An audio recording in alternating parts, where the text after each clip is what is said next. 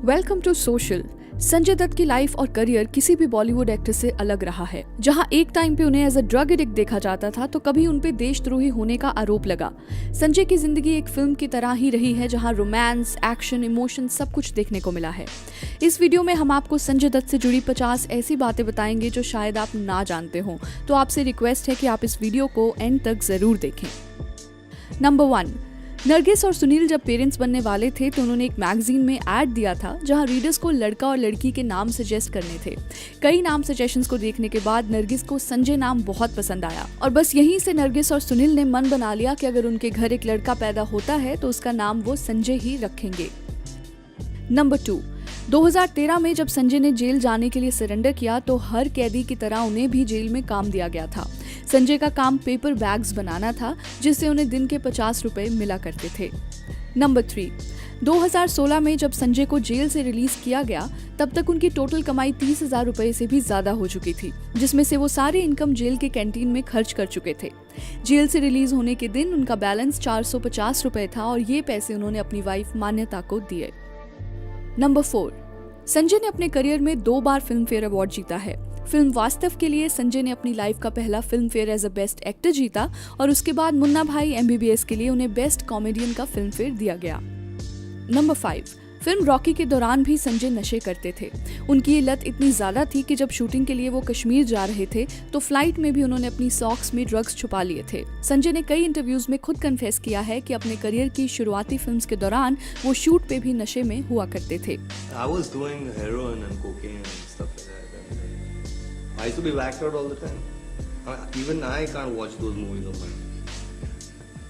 Number 6, Sanjay ने अपनी life की पहली सिगरेट 9 साल की उम्र में पी थी।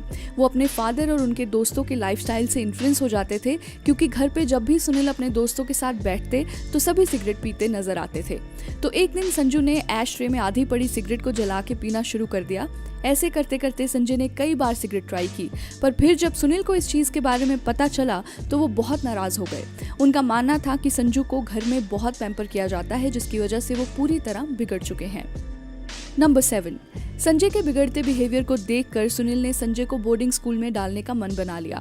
ये एडवाइस उन्हें इंदिरा गांधी ने भी दी थी, क्योंकि उन दिनों सुनील कांग्रेस पार्टी के एक्टिव मेंबर थे। तो जब उन्होंने इंदिरा गांधी को संजू के बारे में बताया तो इंदिरा ने संजू को बोर्डिंग स्कूल भेजने का सुझाव दिया। बस उसके बाद संजू को बोर्डिंग स्कूल भेज दिया गया और अगले 9 साल संजू ने वहीं बिताए।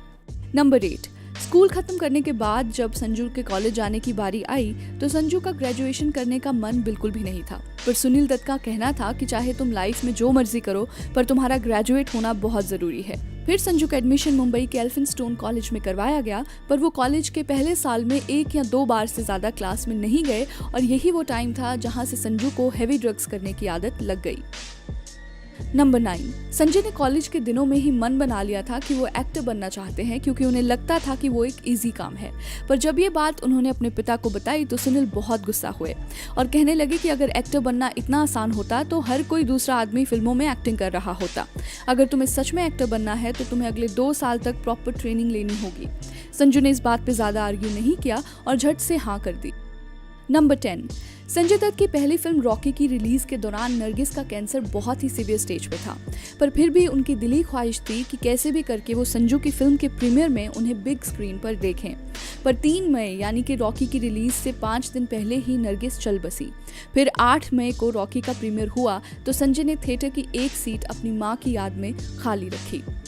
नंबर 11, टीना मुनीम और संजय दत्त रॉकी के सेट्स पर मिले और बस यहीं से दोनों का अफेयर शुरू हो गया। ये अफेयर करीब 2 साल तक चला, पर संजू की ड्रग प्रॉब्लम और पॉसेसिवनेस के चलते टीना मुनीम ने संजू से ब्रेकअप कर दिया। टीना का कहना था कि संजू ने हमेशा उनसे अपनी ड्रग प्रॉब्लम छुपाई, जिसकी वजह से उनके रिलेशनशिप में बहुत डिफरेंसेस आ गए थे। नंबर 12, फिल्म रॉकी के आउटडोर शूट के दौरान टीना मुनीम को एक आदमी छेड़ने लगा तो संजू ने उसे पब्लिक में ही मारना शुरू कर दिया। संजू ने इस इंसिडेंट के बारे में कई इंटरव्यूज में बात की है, जहां उन्होंने बताया कि उस टाइम में यंग था और टीना के लिए बहुत प्रोटेक्टिव भी था। जब मैंने देखा कि टीना के साथ कोई बदतमीजी कर रहा है तो मुझसे रहा नहीं गया और मैंने उस आदमी को मारना शुरू कर दिया। नंबर 13, अलग होने के बाद भी संजय टीना के लिए बहुत पॉजेसिव रहे। जब टीना ऋषि कपूर के साथ फिल्म शूट कर रही थी तो उसी दौरान खबरें आना शुरू हो गई कि दोनों का अफेयर चल रहा है। तो संजय अपने दोस्त गुलशन ग्रोवर को लेकर ऋषि कपूर से लड़ने चले गए। जब संजू उनके घर पहुंचे तो नीतू सिंह ने ये सारी सिचुएशन संभाल ली और संजू को एश्योरिटी दी कि ये सब र्यूमर्स हैं, ऋषि और टीना में ऐसा कुछ भी नहीं चल रहा। नंबर 14, टीना से ब्रेकअप के बाद संजू ने किमी कटकर को डेट करना शुरू किया, जो उस वक्त अपने बोल्ड कैरेक्टर्स की वजह से बहुत पॉपुलर थी। पर दोनों का अफेयर कुछ महीनों में ही खत्म हो गया और कहा जाता है कि ये ब्रेकअप भी संजय की ड्रग एडिक्शन की वजह से हुआ था। नंबर 15, संजय की ड्रग प्रॉब्लम दिन ब दिन बढ़ती जा रही थी और एक दिन तो ऐसा भी हुआ कि जब वो सोकर उठे तो उनके नौकर उनकी हालत देखकर रोने लगे। तो संजय ने पूछा कि क्या हुआ है तुम्हें? तो संजय को बताया गया कि वो 2 दिन के बाद उठे हैं। संजू ने उसके बाद रियलाइज किया कि अगर इस प्रॉब्लम का कुछ नहीं किया गया तो वो जल्द ही मर जाएंगे। तो संजू ने हिम्मत करके सुनील दत्त को कहा कि मैं ड्रग्स की लत छोड़ना चाहता हूँ, आप मुझे रिहैब भेज दो। तो इसके बाद संजू को यूएस के रिहैब में भेजा गया, जहाँ वो 1 साल तक रहे। नंबर 16, जब संजय रिहैब में थे तो उन्होंने मन बना लिया था कि वो कभी इंडिया वापस नहीं आएंगे और यूएस में ही कोई छोटा मोटा बिजनेस करेंगे, क्योंकि रिहैब में उनकी दोस्ती एक बिजनेसमैन से हो गई थी जिन्होंने संजू को अपने फार्मिंग बिजनेस में पार्टनरशिप भी ऑफर की थी। पर जब संजू ने ये बात सुनील दत्त को बताई तो सुनील ने संजू से रिक्वेस्ट की कि उन्हें एक बार और फिल्मों में ट्राई करना चाहिए। संजू का मन तो नहीं था, पर वो अपने पिता की बात नहीं टाल पाए और दोबारा इंडिया आकर फिल्मों में काम करने लगे। नंबर 17, संजय रिहैब से आने के बाद अपनी लाइफ डिसिप्लिन से जीना चाहते थे। इसी वजह से उन्होंने बॉडी बिल्डिंग में इंटरेस्ट दिखाना शुरू कर दिया। उनका कहना था कि यूएस में रहते हुए उन्होंने आर्नोल्ड श्वार्ज़नेगर की कई फिल्म्स देखी, जिससे संजू बॉडी बिल्डिंग के लिए इंस्पायर हुए थे। नंबर 18, बॉलीवुड कमबैक के बाद उनकी 2 फिल्म्स रिलीज हो चुकी थी और दोनों ही बॉक्स ऑफिस पर बुरी तरह फ्लॉप रही। संजय को एक हिट फिल्म की जरूरत थी और वो उन्हें मिली एक नए डायरेक्टर के साथ, जिन्हें आज पूरी दुनिया महेश भट्ट के नाम से जानती है। महेश ने संजू को नाम फिल्म में कास्ट किया और ये फिल्म बॉक्स ऑफिस पे तो कामयाब रही ही, पर साथ ही साथ क्रिटिक्स भी पहली बार संजय दत्त की एक्टिंग की तारीफ करते हुए नजर आए। नाम की सक्सेस से ही संजू को कई फिल्म्स ऑफर होने लगी। संजू का मानना है कि महेश भट्ट ने ही उन्हें बॉलीवुड में रीलॉन्च किया है और इस बात के वो हमेशा थैंकफुल रहेंगे। नंबर 19, ईयर 1986 संजय के लिए बहुत अच्छा जा रहा था। उनकी ड्रग प्रॉब्लम बिल्कुल खत्म हो चुकी थी। फिल्म नाम से वो इंडस्ट्री में दोबारा एस्टेब्लिश हो चुके थे। पर सबसे क्रूशल मोमेंट वो रहा जब उस साल उनकी मुलाकात एक्ट्रेस ऋचा शर्मा से हुई। उस वक्त ऋचा बॉलीवुड में नई आई थी और संजय उन्हें बहुत पसंद करने लगे थे। बस 1 साल के अंदर ही दोनों ने शादी करने का मन बना लिया और 1987 में संजय और ऋचा ने न्यूयॉर्क में शादी कर ली। नंबर 20, शादी के बाद 1998 में संजय और ऋचा की फैमिली एक्सटेंड हुई और उनकी डॉटर त्रिशला का बर्थ हुआ। पर 4 महीने बाद ही ऋचा को सिवियर हेडेक्स आना शुरू हुए और पता चला कि उन्हें ब्रेन ट्यूमर है। संजय ने उन्हें न्यूयॉर्क के सेम हॉस्पिटल में एडमिट करवाया जहां नरगिस का इलाज भी किया गया था। संजय के लिए वो वक्त बहुत ही मुश्किल था, क्योंकि एक तरफ उनका करियर टॉप पर चल रहा था और दूसरी तरफ उन्हें बार बार न्यूयॉर्क ऋचा को देखने जाना पड़ता था। नंबर 21, संजय का माधुरी दीक्षित के साथ भी अफेयर रहा है और ऑन स्क्रीन भी उनकी जोड़ी बहुत सक्सेसफुल रही है। ये सब तब शुरू हुआ जब संजय की वाइफ ऋचा शर्मा न्यूयॉर्क में कैंसर से रिकवर हो रही थी। ऋचा ने कई इंटरव्यूज में ओपनली कहा है कि माधुरी दीक्षित की वजह से ही उनकी मैरिज में प्रॉब्लम्स आना शुरू हुई। सोर्सेज की माने तो संजय के जेल जाने की वजह से माधुरी ने उनसे ब्रेकअप कर दिया था और ना ही वो कभी संजय को मिलने जेल गई। इस वजह से संजय और माधुरी ने दोबारा कभी एक दूसरे के साथ कोई भी फिल्म नहीं की। नंबर 22, फिर जब ऋचा और संजय की डाइवोर्स की प्रोसीडिंग्स शुरू हुई तो संजय को अपनी डॉटर त्रिशला की कस्टडी चाहिए थी और ऋचा की फैमिली इसके अगेंस्ट थी, क्योंकि संजय पे केस चल रहा था और उनकी पास्ट कंट्रोवर्सीज की वजह से ऋचा की फैमिली को नहीं लगा था कि त्रिशला को संजय के साथ रहना चाहिए। ये केस 5 साल तक चला, जिसके बीच ऋचा शर्मा का कैंसर वापस आ गया और 1996 में उनकी डेथ हो गई। फिर जब त्रिशला 10 साल की हुई तो कोर्ट ने रूल किया कि संजय त्रिशला के बायोलॉजिकल फादर हैं, तो उन्हें ही अपनी डॉटर की कस्टडी मिलनी चाहिए। पर तब तक संजय और उनकी फैमिली का मन बदल चुका था। उन्हें लगा कि त्रिशला ने 10 साल यूएस में बिताए हैं और वहीं के कल्चर से वो अकस्टम्ड है, तो इसलिए संजय को लगा त्रिशला को यूएस में रहना ही सही होगा और वो जब चाहे यहाँ इंडिया उनसे मिलने आ सकती है। बस ऐसे ही त्रिशला ने अपनी लाइफ यूएस में ही बिताई और आज भी संजय उनसे रेगुलरली कांटेक्ट में रहते हैं। नंबर 23, फिल्म साजन के लिए आमिर खान को अप्रोच किया गया था, पर उन दिनों आमिर किसी फर्स्ट टाइम डायरेक्टर के साथ काम नहीं करना चाहते थे। इसी कारण ये रोल संजय दत्त को दिया गया। साजन ही वो फिल्म बनी जिसके लिए उन्हें पहली बार फिल्म फेयर के लिए नॉमिनेट किया गया था। नंबर 24, 1992 की फिल्म यलगार वैसे तो बॉक्स ऑफिस पर फ्लॉप रही, पर संजय इस फिल्म को हमेशा याद रखेंगे क्योंकि इसी फिल्म की शूटिंग के दौरान फिरोज खान जो फिल्म के डायरेक्टर, प्रोड्यूसर और एक्टर थे, उन्होंने दुबई में संजू को अंडरवर्ल्ड डॉन दाऊद इब्राहिम से मिलवाया और यहीं से ही संजय का अंडरवर्ल्ड से कनेक्शन शुरू हुआ था। नंबर 25, फिल्म सनम के प्रोड्यूसर्स समीर हिंगोरा और हानिफ कड़वाला, जिनके साथ संजय फिल्म में काम कर रहे थे, ये वो लोग थे जिन्होंने संजय की रिक्वेस्ट पर उन्हें गन्स लाकर दी। संजय को 3 गन्स दी गई थी और कुछ हैंड ग्रेनेड्स, पर संजय ने एक गन अपने पास रखी और बाकी सामान वापस कर दिया। संजय ने कहा कि ये गन उन्हें अपनी सिक्योरिटी के लिए चाहिए थी। नंबर 26, फिर जब बॉम्बे में ब्लास्ट हुए तो उसके बाद समीर और हानिफ को अरेस्ट किया गया और पता चला कि दोनों अंडरवर्ल्ड डॉन अबू सलेम के लिए काम कर रहे थे और बॉम्बे अटैक में इस्तेमाल हुए हथियार भी इन्हीं लोगों के थ्रू सप्लाई करवाए गए थे। तो इसी कनेक्शन में संजय को भी अरेस्ट किया गया। नंबर 27, संजय को जब कोर्ट में पेश किया गया तो उन्होंने अपने डिफेंस में कहा कि उन्होंने ये गन्स अपनी फैमिली की सेफ्टी के लिए खरीदी थी, क्योंकि बाबरी मस्जिद के दंगों के दौरान सुनील दत्त को डेथ थ्रेट्स आना शुरू हो गए थे। तो जज ने संजय की कहानी पर यकीन नहीं किया क्योंकि संजय के पास ऑलरेडी 3 लाइसेंस्ड गन्स घर पर थी, तो इसलिए कोर्ट नहीं मान रहा था कि संजय को चौथी गन की क्या जरूरत पड़ गई, जिसकी वजह से उन्होंने इल्लीगल जरिए से गन्स मंगवाई। इसके बाद संजय पर केस चला और उन्हें 1993 में जेल की सजा हुई।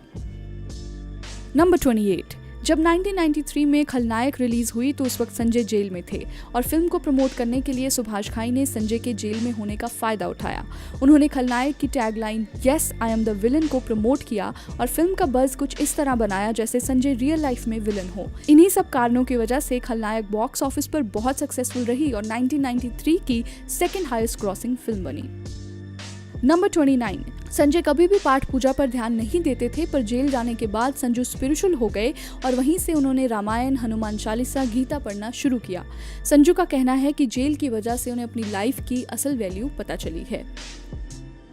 नंबर 30, जेल में सजा काटते हुए जब रक्षाबंधन का दिन आया तो ऐसा पहली बार हो रहा था कि संजय दत्त अपनी बहनों से दूर थे, इसीलिए उनकी बहन टीना दत्त संजू को जेल में राखी बांधने आई। राखी बंधवाने के बाद संजू ने टीना को जेल के लंच कूपन दिए जिससे दिखाकर कैदियों को खाना मिलता था। संजू ने इन कूपन्स के लिए 2 वक्त का खाना मिस किया था और ये देखकर टीना की आंखों में आंसू आ गए। टीना ने आज भी संजू के ये गिफ्ट संभाल कर रखे हुए हैं। नंबर 31, माधुरी के बाद संजय की लाइफ में रिया पिल्लई की एंट्री हुई। रिया एक एडवर्टाइजमेंट मॉडल हुआ करती थी और संजय जब जेल में थे तो रिया हमेशा उनसे मिलने आया करती थी। वहीं से दोनों की क्लोजनेस शुरू हुई और 1998 में संजय ने रिया से शादी कर ली। नंबर 32, संजय ने रिया को वैलेंटाइंस डे के दिन प्रपोज किया और उसी दिन किसी को बिना बताए मंदिर में शादी कर ली। इवन सुनील दत्त को भी संजय ने शादी के बारे में नहीं बताया। सुनील को खुद ये बात न्यूज में पता चली, पर सुनील हमेशा की तरह संजय के लिए बहुत खुश थे। नंबर 33, शादी के कुछ सालों बाद ही रिया और संजय दोनों के एक्स्ट्रा मैरिटल अफेयर्स की खबरें आना शुरू हो गई। जहां रिया लिएंडर पेस को डेट करने लगी तो इसके बाद से ही संजय ने भी इस मैरिज पर गिव अप कर दिया और कई सालों तक दोनों बिना डाइवोर्स के अलग रहे। फिर 2005 में संजय और रिया का ऑफिशियली डाइवोर्स हो गया।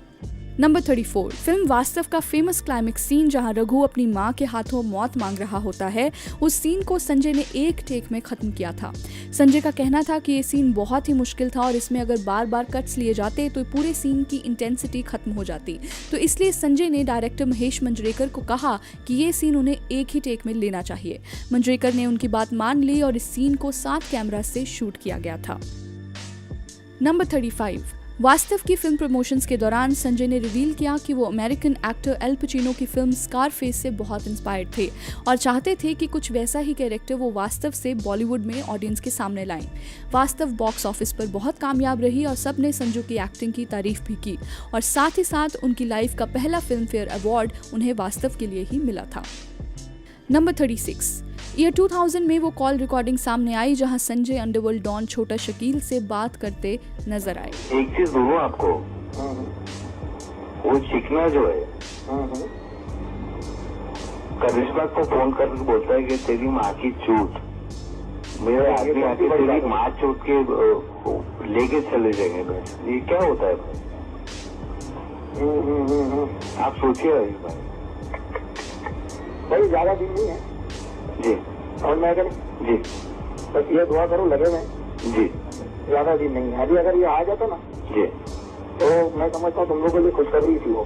बिल्कुल समझ में आया कि नहीं? जी।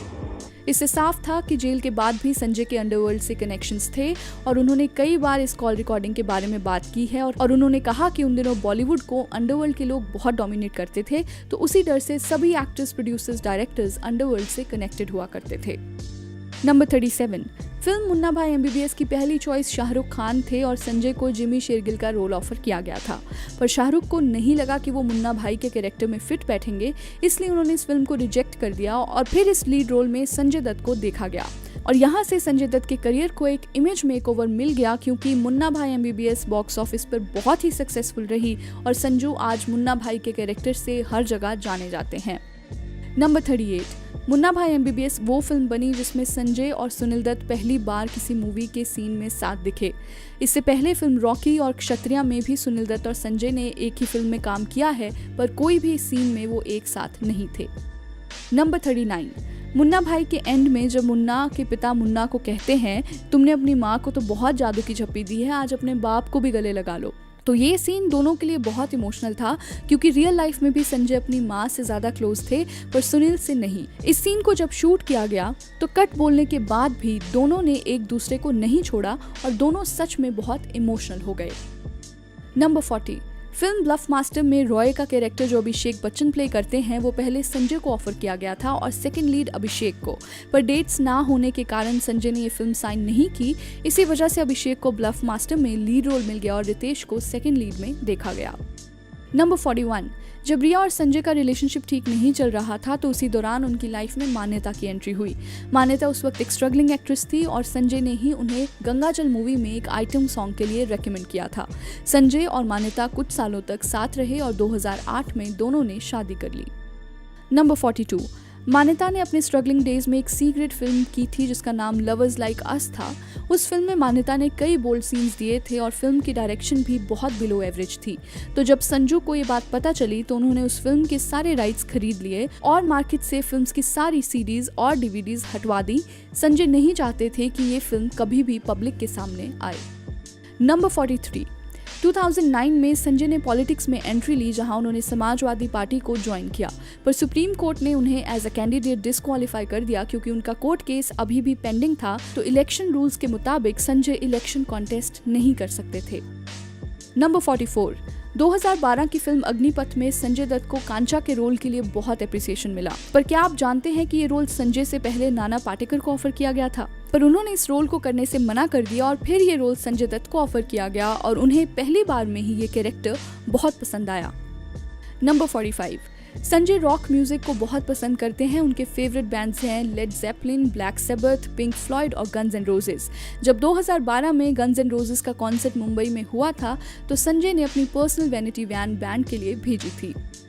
नंबर 46, फिर 2013 में वो टाइम आया जब सुप्रीम कोर्ट ने संजय के केस में अपना डिसीजन सुनाया और उन्हें 5 साल की सजा हुई। अपने 20 साल के केस प्रोसीडिंग्स के दौरान संजय 1.5 साल की जेल की सजा काट चुके थे, तो उन्हें इस तरह से 5 साल की बजाय सिर्फ 3.5 साल की सजा काटनी थी।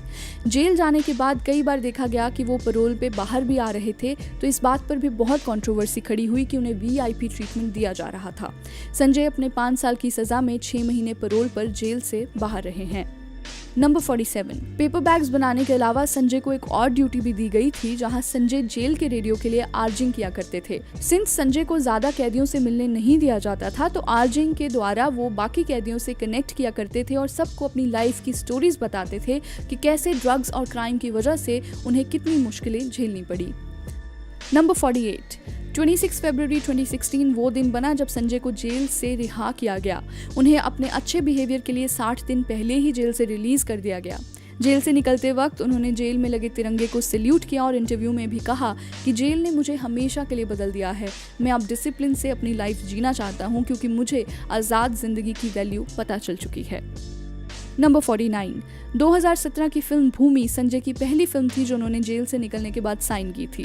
फिल्म की रिलीज डेट 29 जुलाई डिसाइड की गई थी, पर संजय ये फिल्म अपनी डॉटर त्रिशला को डेडिकेट करना चाहते थे। तो संजय ने प्रोड्यूसर से रिक्वेस्ट की और इस फिल्म को 12 अगस्त को रिलीज किया गया। ऐसा संजय ने इसलिए किया क्योंकि 12 अगस्त को त्रिशला का बर्थडे था। नंबर 50, फिल्म संजू के लिए सुनील दत्त का रोल परेश रावल को दिया गया, पर संजय ये रोल खुद करना चाहते थे क्योंकि उनका मानना था कि वो अपने फादर से सबसे ज़्यादा क्लोज थे, इसलिए उनके लिए सुनील दत्त की एक्टिंग करना आसान होगा। पर राजू ने संजू के इस सजेशन को डिक्लाइन कर दिया, तो फिर इस रोल के लिए आमिर खान को अप्रोच किया गया। पर दंगल के बाद वो एक और एज्ड मैन का कैरेक्टर नहीं करना चाहते थे, तो उसके बाद इस रोल के लिए फाइनली परेश रावल को साइन किया गया। तो चलिए, that's a wrap on this video. आपको ये वीडियो कैसी लगी हमें अपने लाइक्स और कमेंट्स के जरिए ज़रूर बताएं। ऐसी और भी इंटरेस्टिंग वीडियोस के लिए देखते रहिए सोशल, हर उस चीज़ के लिए जो आप जानना चाहते हैं।